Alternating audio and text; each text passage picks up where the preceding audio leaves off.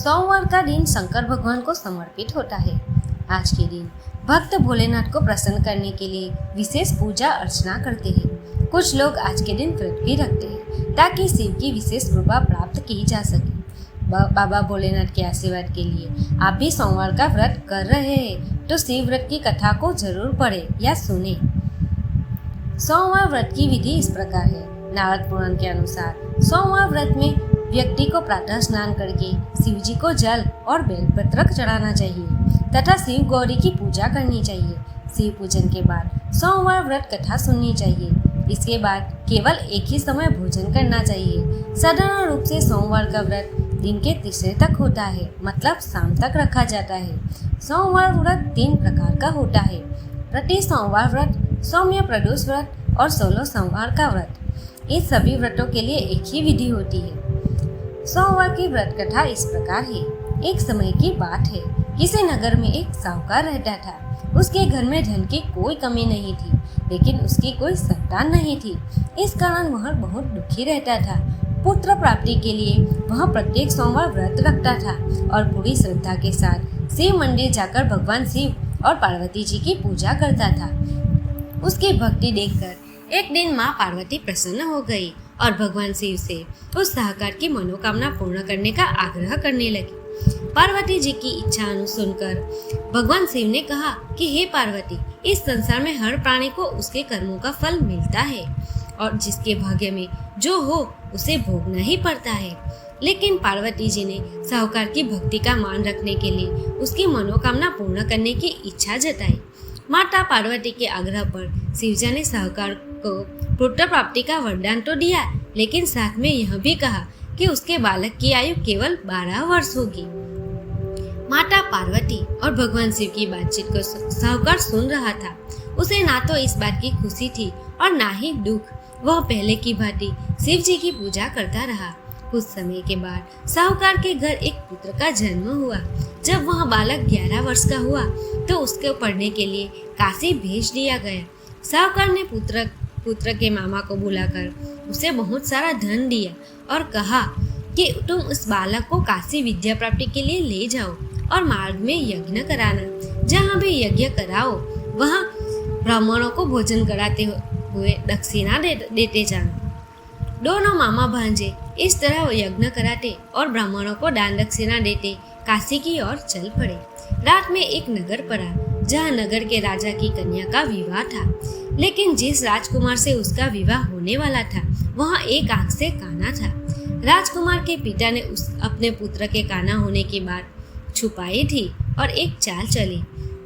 साहूकार के पुत्र को देखकर उसके मन में एक विचार आया। उसने सोचा, क्यों न इस लड़के को दूल्हा बनाकर राजकुमारी से विवाह करा दूं। विवाह के बाद उसके धन देकर विदा कर दूंगा और राजकुमारी को अपने नगर ले जाऊंगा। लड़के को दूल्हे के वस्त्र पहनाकर राजकुमारी से विवाह कर दिया गया। लेकिन साहूकार का पुत्र ईमानदार था। उसको यह बात न्याय संगत नहीं लगी। उसने अवसर पाकर राजकुमारी की चुन्नी के पल्ले पर लिखा कि तुम्हारा विवाह तो मेरे साथ हुआ है, लेकिन जिस राजकुमार के संग तुम्हें भेज दिया जाएगा वह एक आंख से काना है। मैं तो काशी पढ़ने जा रहा हूँ। जब राजकुमारी ने चुन्नी पर लिखी ये बात पढ़ी तो उसने अपने माता पिता को यह बात बताई। राजा ने अपनी पुत्री को विदा नहीं किया, जिससे बारात वापस चली गई। दूसरी ओर साहूकार का लड़का और उसका मामा काशी पहुंचे और वहां जाकर उन्होंने यज्ञ किया। जिस दिन लड़के की आयु 12 साल की हुई उस दिन यज्ञ रखा गया। लड़के ने अपने मामा से कहा, मेरी तबीयत कुछ ठीक नहीं है। मामा ने कहा कि तुम अंदर जाकर सो जाओ। शिव जी के वरदान के अनुसार कुछ ही देर में उस बालक के प्राण निकल गए। मृत भांजे को देखकर उसके मामा ने विबल विलाप करना शुरू किया। संयोगवश उसी समय शिवजी और माता पार्वती उधर से जा रहे थे। पार्वती जी ने भगवान से कहा, स्वामी, मुझे इसके रोने के स्वर सहन नहीं हो रहा। आप इस व्यक्ति के कष्ट को अवश्य दूर करें। जब शिवजी मृत बालक के सम्मुख गए तब वह बोले कि यह उसी साहूकार का पुत्र है जिसे मैंने 12 वर्ष की आयु का वरदान दिया। अब उसकी आयु पूरी हो चुकी है। लेकिन मातृभाव से विभोर माता पार्वती ने कहा कि हे महादेव, आप इस बालक को और आयु देने की कृपा करें, अन्यथा उसके वियोग में उसके माता पिता भी तड़प तड़प कर मर जाएंगे। माता पार्वती के आग्रह पर भगवान शिव ने उस लड़की को जीवित होने का वरदान दिया। शिव जी की कृपा से वह लड़का जीवित हो गया। शिक्षा समाप्त करके लड़का मामा के साथ अपने नगर की ओर चल दिया। दोनों चलते हुए उसी नगर में पहुंचे जहां उसका विवाह हुआ था। उस नगर में भी उन्होंने एक यज्ञ का आयोजन किया। उस लड़के ने के ससुर ने उसे पहचान लिया और महल में ले जाकर उसकी खातिरदारी की और अपनी पुत्री को विदा कर दिया। इधर साहूकार और उसकी पत्नी भूखे प्यासे रहकर बेटे की प्रतीक्षा कर रहे थे। उन्हें प्रण कर दिया था कि यदि उन्हें अपने बेटे की मृत्यु का समाचार मिला तो वह भी प्राण त्याग देंगे। परंतु अपने बेटे के जीवित होने का समाचार पाकर वह बेहद प्रसन्न हुई।